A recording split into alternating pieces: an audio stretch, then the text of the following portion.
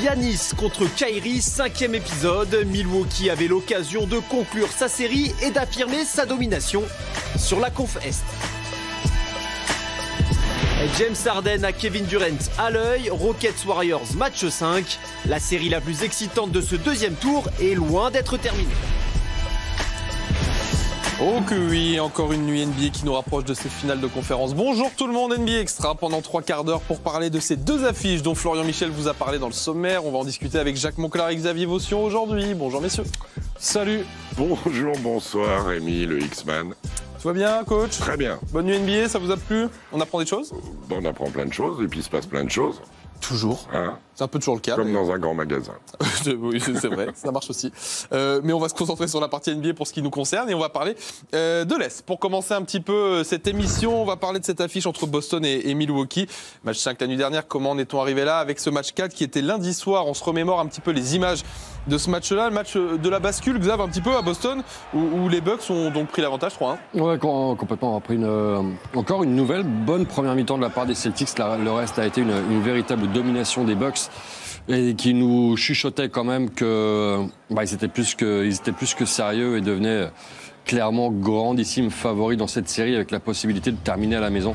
Et Giannis Antetokounmpo, bien sûr, a encore été absolument monstrueux, 39 points, 16 rebonds, comme c'est écrit d'ailleurs. Et là, voilà, il n'y avait pas grand-chose à faire. Milwaukee paraissait clairement au-dessus. En tout cas, là, il y a eu une vraie bascule qui a été faite. 3-1 dans cette série, égale 3 balles de match pour les Bucks. La première, c'était donc la nuit dernière, à la maison, au Pfizer Forum de Milwaukee. Allons voir ce qu'il s'est passé. Vous connaissez le pourcentage de victoire lorsqu'une équipe mène 3-1? Non. 82%. Donc 82%, mais parlez-en aux Warriors. Hein. Ils sont au courant. Rendu. Ouais, alors, que dire de ce match? Que d'habitude, Boston donc démarre bien. Alors là, le problème, c'est qu'ils vont mal. Mais alors, très très mal démarrer la partie. Et c'est très inquiétant. Et honnêtement, on aura très très vite compris le déroulé de cette partie. Kyrie Irving extrêmement maladroit. Mais alors vraiment maladroit. Giannis Antetokounmpo qui va trouver le revenant. Malcolm Brogdon. Alors déjà que sans Malcolm Brogdon, c'était très très fort. Mais alors avec, et les Bucks redeviennent une équipe qui commence à faire vraiment très très peur. Et Mirotic est bien Mirotic installé. qui met dedans. Bien installé Xavier quand même depuis un moment. Alors Ford qui va prendre sa technique et c'est bien symptomatique. Des mots des Celtics qui ne vont faire que souffrir dans cette rencontre. L'écart définitif sera fait.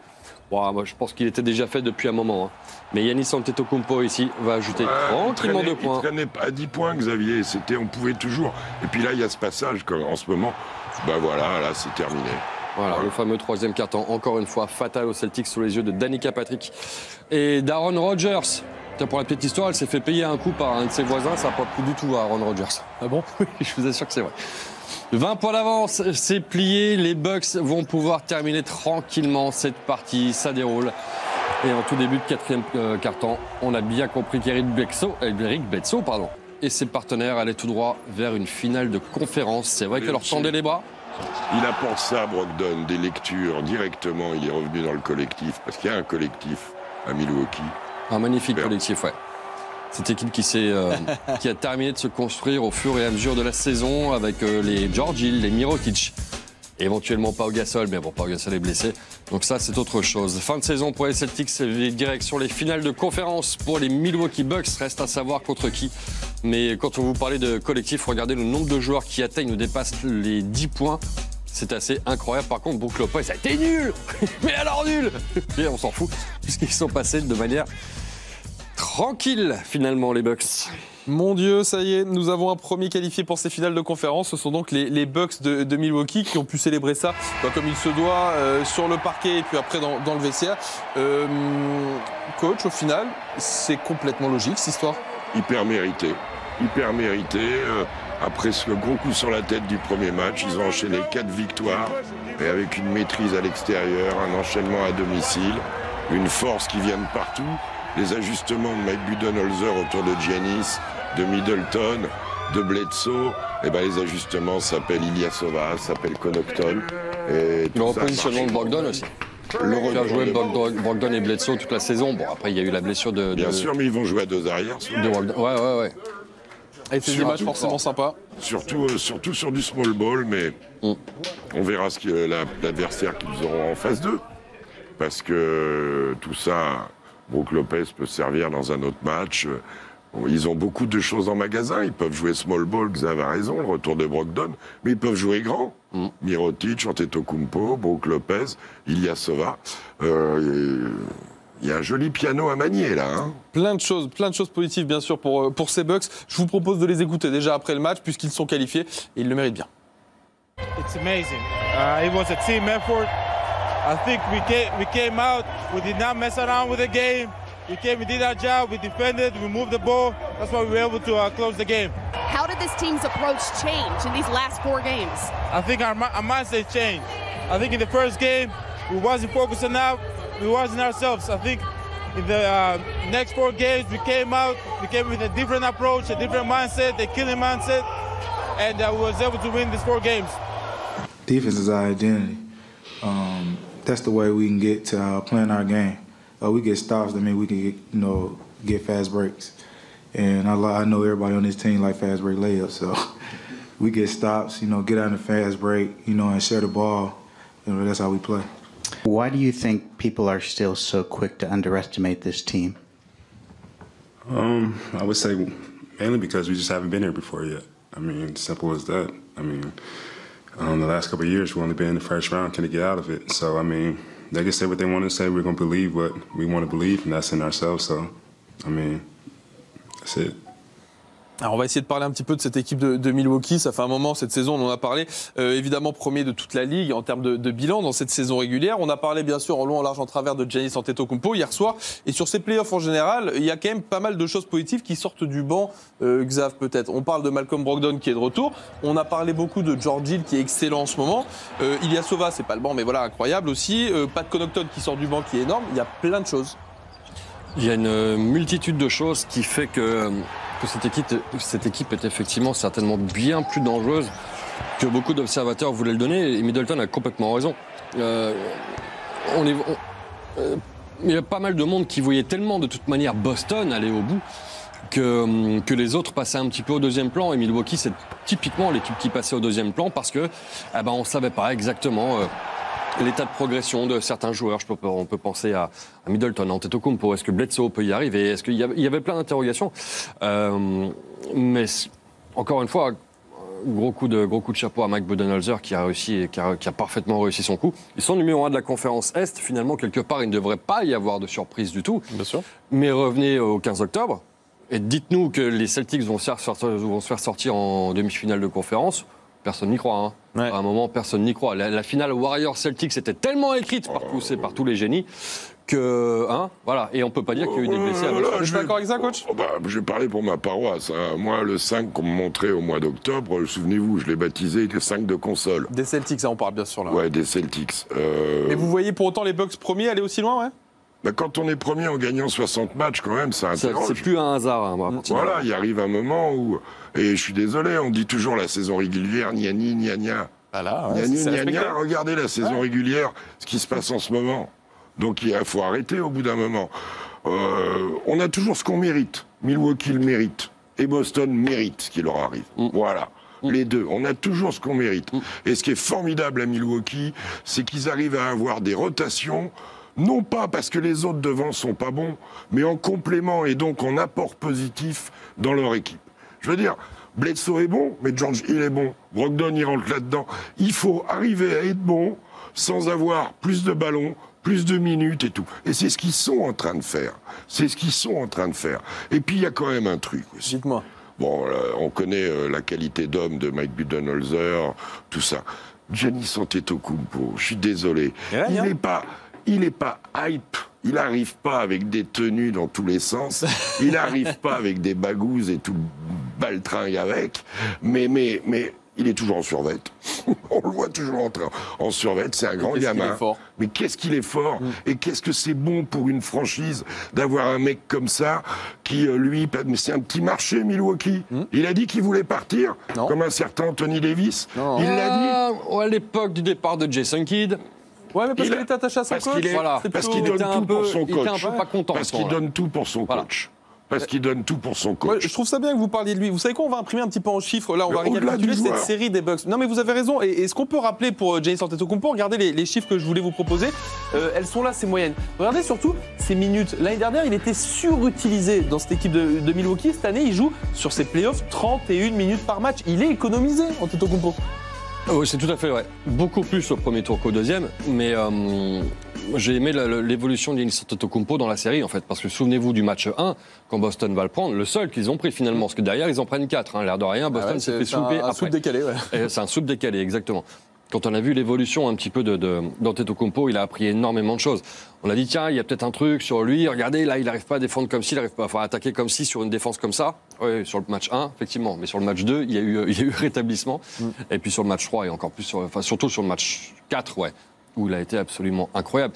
Mais là aussi où Giannis Antetokounmpo est pas starifié comme il devrait l'être certainement. N'oubliez pas qu'on est en train de parler d'un sport qui se déroule aux États-Unis et que ce n'est pas un Américain. Ce gars-là serait américain. Tu crois que ça joue encore, ça, vraiment ? Croyez-moi qu'on parlerait déjà du futur, du remplacement de LeBron, etc., à un niveau bien plus élevé. Ouais, tu penses vraiment que ça joue encore ? Ah ouais, bien sûr, bien sûr. Le fait que ils ont toujours un petit peu de mal du fait que ça vienne pas de chez eux, quoi. Imaginez-vous, le meilleur basketteur du monde n'est plus américain. Eh ben ça, ce serait quand même une sacrée première. Hein. Ah, ça va être le cas. Il va être on y va tout droit, hein, si c'est pas déjà le cas. Bien sûr. Dans quelques semaines. Mais il y a aussi, au-delà de la nationalité, le fait qu'il n'ait pas fait l'université là-bas. Exactement. Qui fait un attachement en plus pour la clientèle, l'évolution d'un joueur qui fait son collège aux États-Unis, dans la perception média, n'est pas la même que, même s'il fait qu'un an ou deux, que celle d'un gamin qui débarque de Grèce en étant milieu du premier tour. Hein. Je crois qu'il est 15e ou quelque chose comme ça. Ouais, mais dans 15 ou 17, pas très haut en tout cas. Comme Kawhi Leonard, 15e. C'est bien, hein. Ouais, comme quoi la draft. Hein. En attendant, ils sont qualifiés, ces Bucks, pour cette finale de conférence à l'Est. L'adversaire, on saura plus tard entre Philly et Toronto. Je vous propose d'ouvrir maintenant le dossier, la question des Boston Celtics, qu'on va écouter déjà en interview après le match. Cool. I'll be the first to say that this is, you know, as far as any other year that I've been a head coach, it's certainly been the most trying. I think I did a bad job. Like at the end of the day, like as a coach, if your team doesn't find its best fit together, that's on you. And so I'll do a lot of deep dives into how I can be better. At the end of the day, really, you have to give Milwaukee credit. You know, they're just a better team than us. That's the reality. You take your ass whooping that they handed us, and you move on. You know, it's a basketball journey. Obviously, you know, you want to keep playing, but they put a halt to that, and they deserve this series. They played like they wanted it, and you know, I'm looking forward to seeing them going to the Eastern Conference Finals and playing their next opponent. You know, it was a great opponent for me to play against for the rest of my career, because I know I won't forget something like this. And you know, the taste of feeling defeat in the, you know, in this type of style, you know, being down 1-4, you know, I haven't felt. So, you know, for me, it's just moving on to the next thing, and just seeing where that ends up. This summer, just in general, what kind of things are you looking for, I guess, in your life, and what kind of things, situations would be a positive situation that you want to be in when you? I'm gonna be honest with you. I'm just trying to make it back to Boston first, you know, safely. Get to see my family, decompress, you know, do what human beings do. Ah, l'avenir de Kyrie Irving. Avant de parler de ça, j'aimerais qu'on parle quand même de cette franchise, de cette saison terminée pour les Celtics. Et on va faire mal au cœur de nombreux fans des Celtics, mais messieurs, vous êtes tous d'accord avec moi que c'est une saison gâchée pour Boston ? C'est une saison complètement ratée. De toute façon, l'objectif était minimum finale NBA. Vous faites sortir au deuxième tour. Oui, c'est une saison ratée. La saison régulière est ratée. On peut l'expliquer par plein de choses. Et Jacques l'a répété de toute manière sur toute la saison. Oui, c'est une saison ratée. Grandement raté. Comment on explique ce fiasco des Boston Celtics, coach ? On a 2 heures. Je pense que ce qui leur a fait très mal, ce sont les playoffs de l'année dernière, triomphants sans Gordon Hayward et Kyrie Irving. Ça leur a fait mal. Non pas l'année dernière. Mais cette année, ouais. Mais cette année. Et à partir du moment où Kyrie Irving et Gordon Hayward, l'un parce que physiquement c'est dur de revenir d'un truc pareil, Gordon Hayward, et l'autre parce qu'il est compliqué et qu'il va falloir qu'il comprenne qu'il ne peut pas tout faire et tout le monde ne peut pas le suivre et il ne peut pas tout dire, eh bien, c'est parti à volo. L'histoire du fameux 5 de début de saison, on joue pas à ce jeu-là sans grand dissuasif. Le fameux 5, on peut le rappeler, Kyrie Irving, Jason Tatum, Jaylen Brown, Gordon Hayward, et il manque Al Horford. Voilà. Vous pouvez pas gagner avec ça. Vous pouvez pas gagner avec ça. Vous êtes mangé physiquement de manière évidente. On joue pas au rugby avec une mêlée qui recule de 15 mètres.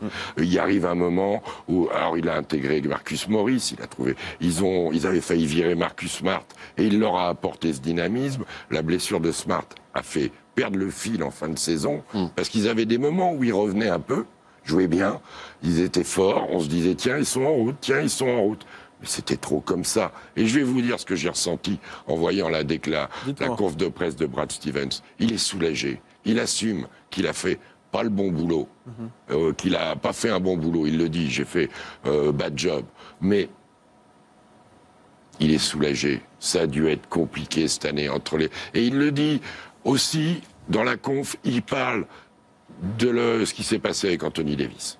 Ouais, bien sûr. Et que ça a travesti toute leur fin de saison. Il a dit aux journalistes, ils ont des télés, ils ont des téléphones, ils ont des gens qui leur parlent, ils sont impactés, leur avenir est devenu flou. Et puis, ce truc a été, à l'époque, j'ai grogné à fait, mais a plombé pas mal d'équipes. Vos Lakers, Boston, au premier chef. Voilà. Kyrie Irving, j'y viens. Kyrie Irving, on va en parler. On va revoir des images de la nuit dernière. Déjà, où vous avez vu ses stats, il est passé au travers, clairement, de ce qui était peut-être son dernier match sous le maillot des Celtics. Je vous rappelle qu'il a ce qu'on appelle une player option pour l'année prochaine. Il peut décider de rester. De l'avis de tous, il ne le fera pas. À quel moment ou à quel point doit-on poser le blâme aussi de cet échec, Xav, sur Kyrie Irving? J'ai l'impression que le problème est grave et profond. On entend beaucoup de choses autour de Kyrie Irving. On voit des images d'hier, ok, mais il faut se focaliser que sur ce match-là. C'est sur la série où il n'a pas été bon. Est-ce que c'est pas sur la saison? Il a eu des moments d'éclat, mais dans l'ensemble, est-ce que là, s'il part demain de Boston, on retiendra de bonnes choses? Est-ce que sa carrière à Boston n'est pas ratée à Kyrie Irving? Si, et je pense que déjà elle est terminée. Je pense qu'on va partir de là, je pense que c'est terminé. Si, bien sûr, ce sera un échec. Quoi qu'il arrive, ce sera un échec dans la carrière de Kyrie Irving qui va peut-être rebondir ailleurs, j'en sais rien. On parle de Brooklyn, on parle des Knicks, on parle des Lakers. Il est retrouvé avec LeBron James, puis il n'y aura pas Tyronn Lue, donc ça va peut-être pas marcher. Oui, on en parlera tout à l'heure. Je sais pas, mais ce qui est sûr, c'est que oui, c'est un gros échec pour Kyrie Irving. Il y a un problème dans le vestiaire apparemment autour de Kyrie Irving. Apparemment, s'il s'en va, ses coéquipiers seraient prêts à lui faire ses bagages quand même. Ouais, ça s'est mal passé, on est d'accord. Il y en a même un qui l'emmène à l'aéroport. Voilà. Non, mais vraiment, pour vrai, au-delà de la blague, il y a un truc dans le vestiaire, on est d'accord. Bien sûr. Visiblement, plus personne ne veut de Kyrie Irving, et ça tombe bien parce que je crois que Kyrie Irving ne veut plus être là non plus. Lui qui avait quand même déclaré en tout début de saison, ça vaut ce que ça vaut, on sait bien que ça change en une année, qu'il restera à Boston longtemps. Hein. On est d'accord qu'a priori c'est fini, coach. Boston, ça fait envie. S'il y a une franchise qui représente une immensité de respect, de tradition, c'est celle-là. Jouer pour Boston, en plus, lui c'est un Dookie, il a déjà gagné un titre, il est arrivé là avec un statut.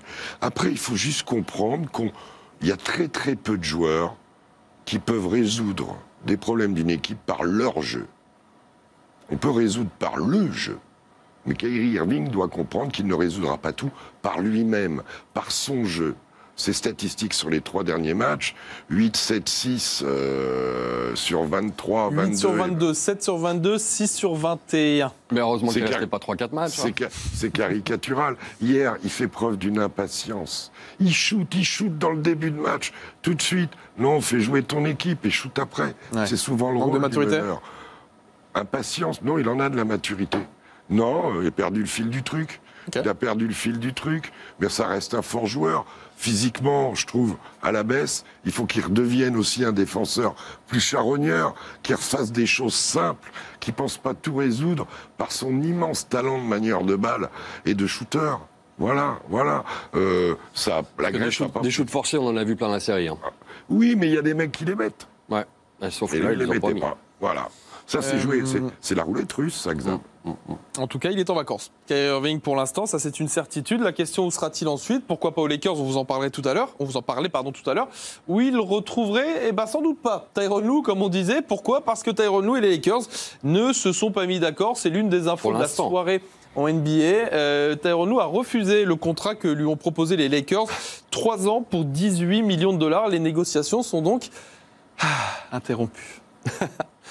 Ah oui, il aimait pas ce qu'on lui imposait comme staff. Soi-disant, paraît-il. Le salaire aussi a joué. Moi, ce que j'ai lu, c'est qu'il demandait à avoir un salaire digne d'un coach ayant gagné une bague. Pour lui, 6 millions par saison, c'est pas digne, coach. Mais il l'a gagné, la bague. Oui, mais 6 millions, c'est pas digne. Le meilleur coach, le plus payé de NBA, c'est Greg Popovich. Il est autour de 10 millions. C'est pas très loin, 6 millions. Non, mais bien sûr. Et puis coacher les Lakers et un projet. Et puis mais le problème, c'est que ces gars-là, de l'argent, ils en ont. Donc ils veulent la barre. Enfin, après, ça, c'est leur problème. Bien sûr, c'est statut, c'est de l'ego, c'est de l'orgueil. C'est de l'ego, c'est de l'orgueil. Il y a une histoire de durée aussi. Je sais pas s'il veut pas. On lui a proposé 3 ans, il en voulait 5 ans. Il demande un CDI aussi. Non, mais franchement, le métier d'entraîneur, je crois, se prête pas trop. Alors là, je vais me faire des amis dans mon ancienne confrérie au contrat de 5 ans. C'est long. Oui, c'est très long. C'est très, très long. Aux Lakers, surtout pour Tyronn Lue, peut-être. Surtout dans une franchise. 5 ans aux Knicks aussi, aux Lakers, dans des trucs comme ça. Ouais, signé là à 15 ans, combien j'ai de doigts? Allez. Bon, a priori, en tout cas, pour l'instant, c'est pas le cas. Ça se fera pas entre les Lakers et Tyronn Lue. On verra s'ils reviennent à la charge avec un autre contrat. On va faire un petit break dans NBA Extra. Quand on revient, on va partir à l'Ouest, justement, parler de l'autre match de la nuit dernière. On attendait, évidemment, match 5. Entre Warriors et Rockets, James Harden face à Kevin Durant. Mais pas pendant tout le match, Kevin Durant. Vous verrez ça juste après la pub.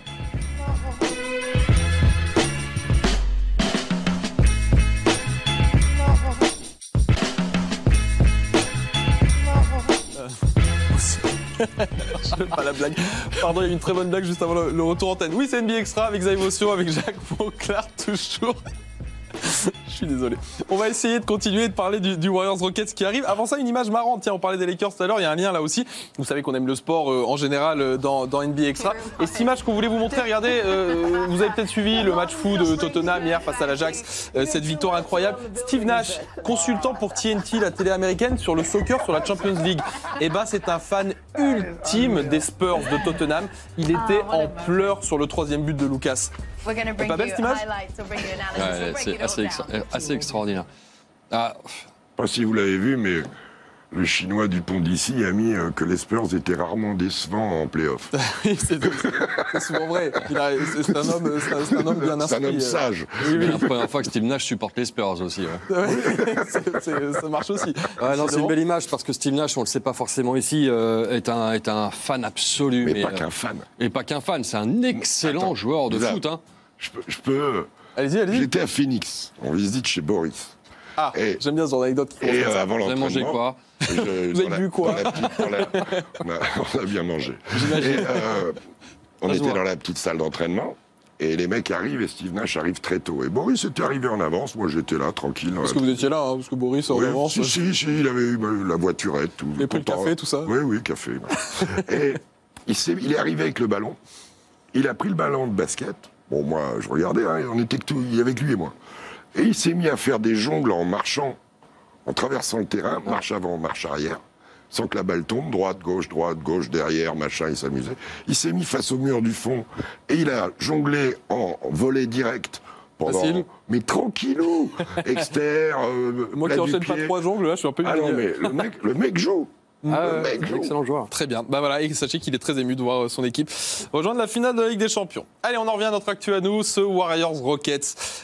Match 5 hier soir. On se remémore les images du match 4. Ça se passait à Houston. Encore un match serré, encore un grand Durant, encore un grand Harden. Et Xav, encore une victoire à domicile. Et encore un grand match. Ouais, la 4e victoire à domicile en 4 matchs, effectivement.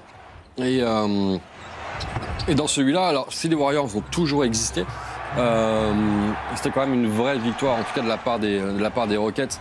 Je vous dis, on verra comment ça se terminera, mais les Warriors qui étaient tellement proches de gagner de mener 3-0. Et puis finalement, il s'est passé ce qui s'est passé.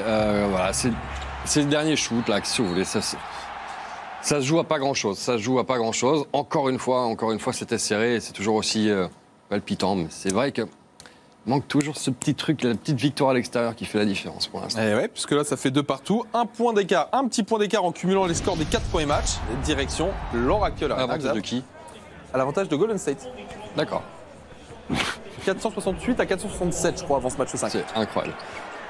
Et dans cette partie qui se déroule donc à l'Oracle Arena, qui pourrait très bien être le dernier match des Warriors à l'Oracle Arena. Avant cette partie, bah oui, imaginez les Warriors perdent. Prochain match à Houston, mais il y a danger. Et c'est un match dans lequel les Warriors sont très très bons. En première mi-temps, ils vont même prendre un large avantage ici, grâce à Kevin Durant. Pas vraiment de match, se dit-on. Oh bah oui, c'est ça, compter sur le talent notamment. Qu'est-ce qu'il a été de fort. James Harden. Énorme. Il a fait des matchs à 50, il va en mettre moins là. Mais qu'est-ce qu'il a été fort. Et petit à petit, les Rockets refont l'écart. Il n'y a plus qu'un point à ce moment de la partie. Et là... Aïe, aïe, aïe. Mollet. Et là, des points d'interrogation tout autour de Kevin Durant. Parce qu'on ne sait pas du tout ce qu'il a. Ce n'est pas du tout sur le shoot. Regardez, il va tomber normalement. Il n'y a pas d'histoire d'entorse. En retombant, on ne sait pas. Et on ne sait pas. Et en repartant, clac. C'est sur l'appui-retour quand il repart. On a craint le tendon d'Achille pendant un temps. Alors, Ouais, voilà. ça ressemblait à ça. C'est les premiers trucs qui sont sortis trop rapidement, sans doute. Et pour l'instant, le truc, c'est qu'on ne sait pas. Tout ce qu'on sait, c'est qu'il n'a pas rejoué dans cette partie. Et James Harden va donner l'avantage aux Rockets. Nous sommes en début de quatrième quart-temps. Et là, on va retrouver les Splash Brothers. Vous savez, ce qu'on avait un petit peu perdu avec Kevin Durant et de Marcus Cousins. Ben voilà, cette équipe-là, c'était celle d'avant. Et Steph Curry rappelle à tout le monde qu'il a quand même un talent assez fou parce que jusque-là, dans cette partie, il mettait rien. Et la réponse, elle sera surtout signée Eric Gordon. Qui est formidable à ce moment du match. Extraordinaire à ce moment du match, exactement. Mais les Warriors sont toujours devant. Tiens donc, Draymond Green. Celui-là, c'est celui-là. Qui fait un gros chantier là aussi, Draymond Green. Et on notera aussi les rebonds offensifs qui ont donné des deuxièmes chances aux Warriors, notamment de la part de Kevon Looney, qui a été intéressant. PJ Tucker, parce que dans les 3 dernières minutes, les Rockets existent toujours. Mais ça a encore été un feu incroyable cette fin de match-là. Elle est dehors. Et ouais, c'est sifflé. Alors, là, oui. Il y a des sifflets tôt en plus. Hein. C'est vraiment le coup de sifflet part assez tôt. Et voilà ce rebond offensif, notamment de la part de Kevon Looney. Et ça arrive dans les mains de l'autre Splash Bro, Klay Thompson, qui lui aussi a sorti un gros match. Et là, l'écart sera définitif. Bon, il y a encore eu le jeu des lancers francs, etc., etc. Mais à l'arrivée, il y aura quand même ici James Harden. Tiens, son seul panier des 5 dernières minutes. Exactement. Ouais. Ça a défendu magnifiquement chaud chez les Warriors. Et puis après, il faut courir après. Et là, on peut craindre la perte de balle. On ne saura jamais. Mais qui n'arrivera pas. Exactement. Et il faut voir aussi pourquoi. Parce que là, sur cet angle-là, on ne sait pas pourquoi on est en train de parler de ça. Parce que avait-il les pieds à l'extérieur? Enfin, est-ce qu'il touchait le sol à l'extérieur avant de remettre la balle en jeu? Eh ben voilà. Ça, c'est une question. On ne va pas s'arrêter dessus parce que ça n'a pas été jugé. C'est comme ça. Exactement. Et donc, les Warriors vont s'imposer encore une fois. Mais comment voulez-vous que ce soit autrement? Encore une fois, dans la difficulté. Même si sur cette partie, ils ont quand même fait des choses pas trop mal. Alors Kevin Durant terminera à 22 points, 5 rebonds, 4 passes. Et la question évidemment, elle est surtout autour de Kevin Durant et son avenir proche. Klay Thompson et Steph Curry terminent avec de très belles stats, mais grâce à un très très bon quatrième quart-temps, particulièrement de la part de Steph Curry. Et le panier à 3 points de Klay Thompson a fait des gros dégâts. Alors, 3-2 Warriors. Avant de revenir sur ce match-là, j'aimerais quand même qu'on s'attarde sur la question Kevin Durant parce que c'est ce dont tout le monde parle ce matin. On va revoir les images de cette blessure. Les infos qu'on a, c'est qu'il va passer dans la matinée à San Francisco, donc d'ici quelques heures maintenant, une IRM. Pour voir ce qu'il en est. On parle d'une blessure au mollet, on ne sait pas, une élongation, une déchirure. Coach, est-ce que ça vous inquiète? Dès que c'est musculaire, c'est inquiétant parce que, surtout sur un lévrier comme ça, oui, c'est très inquiétant. On va attendre l'IRM, mais c'est bien que ce ne soit pas un tendon d'Achille. Ça a été dit par la franchise. Parce que le tendon d'Achille, c'était 8 mois d'absence. Voilà. Une blessure musculaire, je ne vais pas faire mon toubib, kiné, ostéo, ce que vous voulez. C'est embêtant. C'est très, très, très, très embêtant. Après, je ne sais pas si on débat maintenant de ça. J'entends, oui, mais les Splash Bros, machin, tout. Oui, mais les Splash Bros, quand ils étaient en situation de tenir toute l'attaque, ils avaient quelques soutiers, là. Hein. Les Bogut, Speights, même Javel, historiquement, Barnes et compagnie, ils en avaient du monde. Ce que vous êtes en train de me dire, c'est qu'il y a inquiétude. Zaza, qui était là. Si plus de Kevin Durant, il y a inquiétude pour les Warriors, c'est ça? Pour moi, je peux me tromper, ils peuvent passer au match 7 chez eux à l'arrache, mais je la sens pas, l'histoire. Hein. Même le tour d'après face à Denver. Ou Portland, pourquoi, pardon, excusez-moi, le fan des Blazers, pardon, Denver ou Portland, le cœur a parlé. Mais non, je la sens pas du tout, l'histoire. C'est marrant d'en parler hier. je disais, le pire, ce serait que celui qui se qualifie des deux, là, en sachant qu'il y a une finale de conf après et une finale NBA, ce qui peut représenter quand même quelques matchs, 14 matchs, qui a une grosse blessure sur une des deux équipes, au moment l'équipe qui se qualifie. Et alors là, c'est le fameux 2, 3, 6, 7 de la conférence Ouest, il a un truc devant lui. Il y a un truc à Est-ce jouer. qu'on va pas m'expliquer que les Warriors seront meilleurs sans Kevin Durant? Ça, non. Meilleur sans Kevin Durant, j'en doute en effet. Que Curry et Thompson élèvent leur niveau, oui. Il va falloir l'élever, quand même. Bon, on va pas spéculer puisqu'on n'en sait pas plus. On va essayer de prendre des nouvelles déjà de Kevin Durant. Écoutez ce que les gens avaient à en dire après le match. It's tough to replace, the output that KD's been doing this whole entire playoff run, but what Jonas was able to do when he came in, Zoe's going to have an opportunity. What Kevon did for us, in those minutes down the stretch in the fourth quarter were huge. So everybody's going to, need to be ready. You saw Steph go into a different mode when Kevin went out. He knew he had to be the offensive fulcrum. He knew things were going to run through him, and he took over that fourth quarter. It wasn't a great night for him until that point, but he was brilliant in the fourth when we absolutely needed it. Bon, du coup, on va revenir sur ce match, un petit peu ce qui s'est passé vraiment, puisqu'on n'en sait pas plus sur la blessure de Durant. Xav, il y a un truc qui est sûr, c'est qu'on a enfin aperçu un bon Klay Thompson, son meilleur match de la série hier soir. Oui, c'est vrai. C'est vrai, il a été très très bon. En plus, avec des shoots pas forcément faciles, mais bon, avec un joueur pareil, tout peut arriver. Et voilà, le catch and shoot parfait, mais encore une fois, bien trouvé par Draymond Green, pardon. Et là, c'est lui qui se trouve son shoot tout seul. Il y a besoin, et il y aura besoin d'un immense Klay Thompson si les Warriors, sans Kevin Durant, veulent passer encore une fois en finale de conférence, voire plus. Ce shoot, il est vraiment assassin. C'est le dernier. Celui-là est absolument terrible. Et ça fait du bien de retrouver Klay Thompson. C'est un excellent joueur. Oui. Et de toute façon, on sait qu'ils peuvent rien espérer sans un bon Klay Thompson. C'est un joueur d'une dureté mentale terrible. Il peut traverser des déserts de réussite et il s'en fout, il est droit. Il continue à défendre, il continue à faire plein de choses.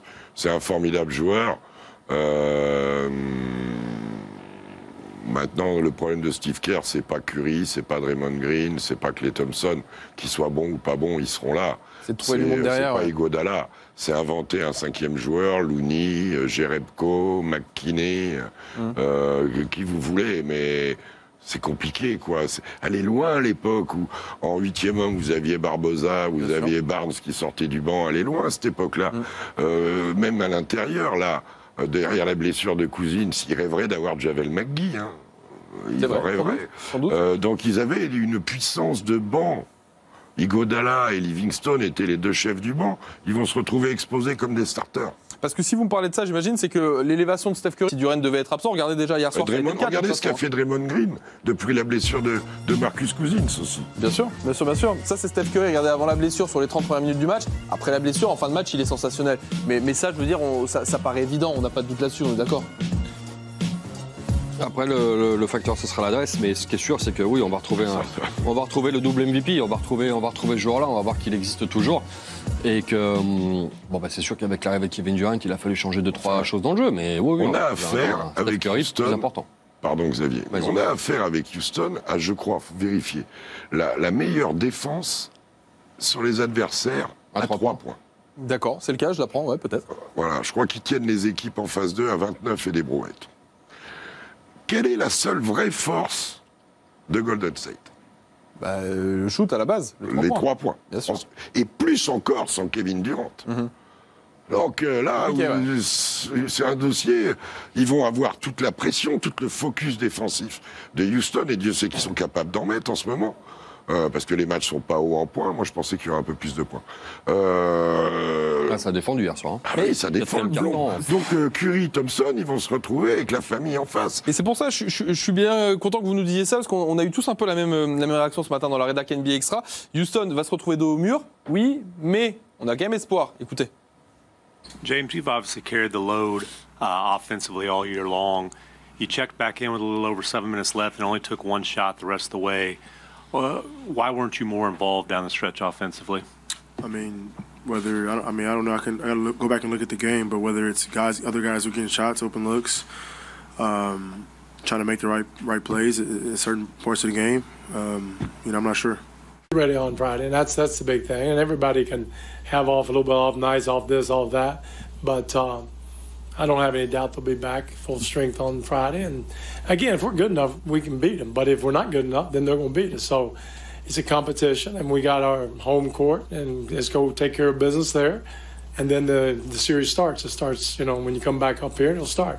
And whoever wins that one, obviously, will be the winner. But it's not a do or. I mean, it is a do or die. But I feel good about it. I feel that we played well enough to win a couple games up here. We just didn't get it done. So keep the feeling, take care of business at home, and come back up and try to get it. Vous voyez, il est un peu comme nous, Mike D'Antoni. Il y a cette impression de sérénité qui se dégage de Houston. Pourtant, Houston est mené 3-2. Le match 6 demain soir, ce sera à Houston. Et à la maison, c'est solide. Les Rockets, Xav, on est d'accord là-dessus. On a l'impression que même s'ils sont menés 3-2, il n'y a pas de panique. Non, puis il y a des motifs d'espoir, en tout cas. De toute façon, s'il y en avait, ils feraient tout pour ne pas le montrer. Ils sont à peu près sûrs de leur coup. Ils savent très bien ils ont bien compris que Kevin Durant de toute façon ne serait pas là. Maintenant, c'est à eux de faire le boulot et il y a de très fortes chances que le match 7 ce soit dimanche 21h30 en direct chez nous. Pour être clair. Hein. Il y a aussi un truc dans le cheminement des matchs et je pense que plus là une série avance, plus c'est effectif. C'est quand il y a un écart de 20 points comme il y a eu. Vous devez faire des stops, vous devez mettre des paniers, vous devez reprendre, revenir. Et c'est ce qui a manqué à Houston dans le final, d'être revenu. James Harden, à ce moment-là, s'implique pas, ou la défense de Golden State se focus sur lui, et ce sont d'autres qui shootent, parce que il y a un collectif aussi à Houston dans leur fonctionnement. Voilà, maintenant, ils étaient à -2, hein. Ils sont qu'à -1. Ouais. C'est-à-dire qu'il y avait 0-2, là, ils sont à 2-3. Je vois pas pourquoi ils seraient affolés. De toute façon, il faut en gagner 4, ils en ont gagné que 2. Il en reste 2, ils savent bien qu'il faut gagner les 2 suivants. Ça, ils sont pas idiots. Les maths se tiennent. Les maths se tiennent, ça marche. Oui. Même moi, j'y arrive. Bon, ce match 6, en tout cas, puisqu'il en faudra bien avant d'arriver vers ce match 7 qu'on voit tous venir, ce sera demain soir déjà sur Beansport en direct, 3h du mat, depuis le Toyota Center, avec ou sans Kevin Durant. Attention, c'est dans ces cas-là où les Warriors sont les meilleurs. C'est vrai aussi. C'est quand on voit le truc arriver. Gagné sans Durant, d'ailleurs. C'était il y a 2 ans. C'était il y a 2 ans. C'était il y a 2 ans qu'il avait été blessé, pareil, au mollet d'ailleurs, Kevin Durant. Oui, ils avaient été faire un coup là-bas, voilà. Ce qui est rigolo de Houston, c'est que sur les 11 dernières rencontres là-bas, ou 12 maintenant d'ailleurs, ils en ont gagné qu'une. Ouais. En play-off. Bon. En play-off. On suivra évidemment avec attention ce match-là demain soir. Non, l'année dernière, ouais. Nous avons vu la victoire de Milwaukee et cette qualification, victoire des Warriors également, qui mène 3-2. Est-ce que vous avez un MVP pour moi sur cette soirée? Il y a pas eu de gros carton. Moi, j'ai envie de le donner pour son 4e carton à Steph Curry. Ouais. Parce que c'est un blowout à Milwaukee, même si on pourrait le donner à toute la franchise, et bravo à eux. Mais j'ai envie de le donner à Steph Curry. Steph Curry à ma gauche, Xav. Steph Curry à ma droite. Et débat ce matin. Écoutez, on a valorisé la qualif et du coup la perf sur toute la série de James. Ouais, mais vous faites des feintes. Qui est notre MVP de la soirée. C'est vrai que Steph Curry aurait pu se tenir également. Il n'y a pas eu de perf sensationnelle hier soir, donc dans tous les cas, ça se tenait. Top 5 pas fou, pour être honnête, sur cette nuit. Donc on vous propose un top 10 de toute la série Milwaukee-Boston. Et c'est préparé par la rédac NBA Extra.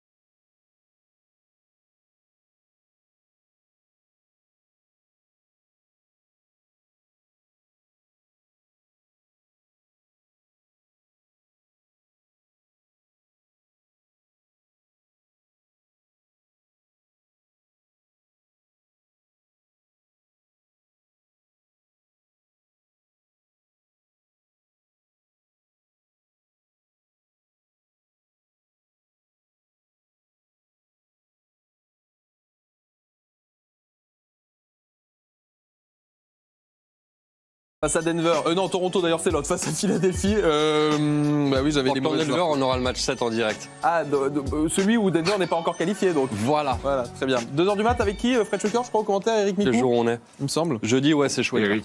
Eric. Ouais. C'est ça, hein. Eric sera de sortie également. 2h du match. Vous sentez quelque chose, messieurs, dans celle-ci? Toronto plie l'affaire, Philly revient. Qu'est-ce que vous en pensez? Je pense que Toronto plie l'affaire. Ah ouais? Ouais. Okay. En espérant me tromper, parce que je veux un match 7. Moi, je crois toujours dans l'homme. Et je me dis qu'ils ne peuvent pas rester sur ce drama-là, et qu'il faut faire un vrai match, et qu'il faut faire sonner la cloche à Philadelphie pour qu'il y ait un match 7 à Toronto. Et c'est tout ce qu'on souhaite. Et que Joel Embiid exécute sa promesse à Drake, à savoir de revenir. Très bien. Et d'avoir un match de plus. Sachez d'ailleurs, puisqu'on parle de Joel Embiid, que vous pouvez gagner son maillot avec nous en jouant sur Twitter. Un maillot offert au vainqueur du concours de pronostic du match de ce soir. Pronostic plus différence de points pour gagner le maillot de Joel Embiid. Vous suivez les comptes NBA Extra et Paris Basketball. Vous mettre 2-3 gagnants. Parce que dans le maillot de Embiid, vous faites rentrer 2-3 personnes hein, quand même. Hein. C'est vrai qu'il y a de la place dans le maillot de Joel Embiid. Très bien, on est bon? Et le short de Jared Dudley, on met tout un autobus. Oui, on l'a pas encore fait gagner celui-ci, il faudra peut-être s'y mettre un de ces jours. Bon bah allez, Canteen Time, merci messieurs, c'était absolument parfait, merci à la team NBA Extra du jour et rendez-vous ce soir pour les matchs comme d'hab, demain 12h45 pour le débrief. Ciao.